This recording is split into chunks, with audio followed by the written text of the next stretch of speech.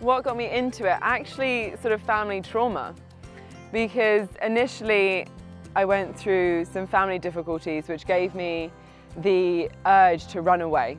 So initially at 18, I sort of ran away from England, ran away from my problems, as most teenagers do.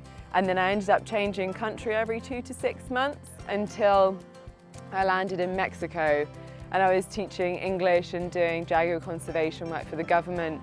And it was such a drastic way of life that my heart just warmed to a whole different culture. And then when I was in Mexico, I thought, you know, what's more of an interesting way to get back to England rather than flying, because it's so conventional. So I decided to sail. So I spent about 4 hours and I managed to find a private boat that was sailing from Orlando to England. And I thought, F-U-C-K it, why not? And I got to Florida, met this guy for the first time, got on this boat and set off for this 2-month voyage. And I remember one night I was on iceberg watch and I saw all the fluorescence in the sea. And in one wave they came close and I thought, shit, that's an iceberg. We're gonna crash, we're gonna die. And then in the next wave I was like, well, no, it's way too long. It must be like a Loch Ness monster if they exist.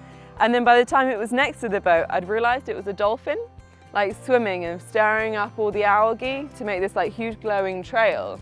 And then before I knew it, there was like a whole pack of dolphins around me, at 2 o'clock in the morning. Where else are you going to see that kind of beauty? So when I got back to England, I sort of got back into sort of modeling and acting again.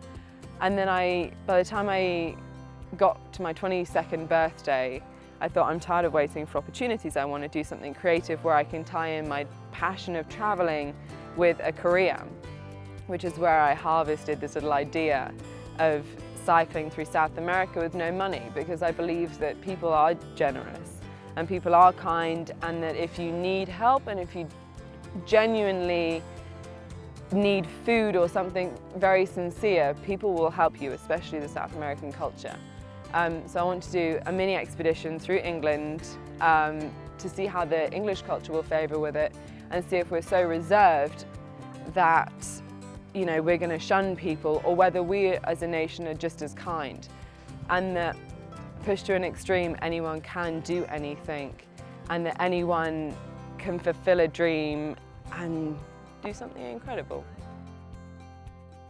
Because I lived in Mexico and because I've worked in polo, I know a lot of Argentines, and because of Mexico I've experienced the central South American culture. So I learnt Spanish out there, albeit a basic Spanish in those 4 months. I can have a conversation where I can pass a week without speaking English. And I just really learned to love that culture, because before I got to Mexico I was so damaged emotionally as a person, and during those 4 months there, like a whole revelation hit, and I owe that culture so much, and I just want to prove that they're wonderful and generous, and I just want to go back there and do something incredible in that country. My initial plan, very good question that no one has really asked me. My initial plan was to go from Belize to Buenos Aires, because it was relatively close to Mexico and I thought I could do a little hopping excursion over there to say hello to some friends.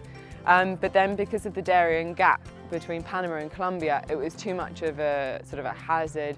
It posed too much of a problem with regards to sort of a supporting crew if I needed that I thought it would be best to go from Colombia.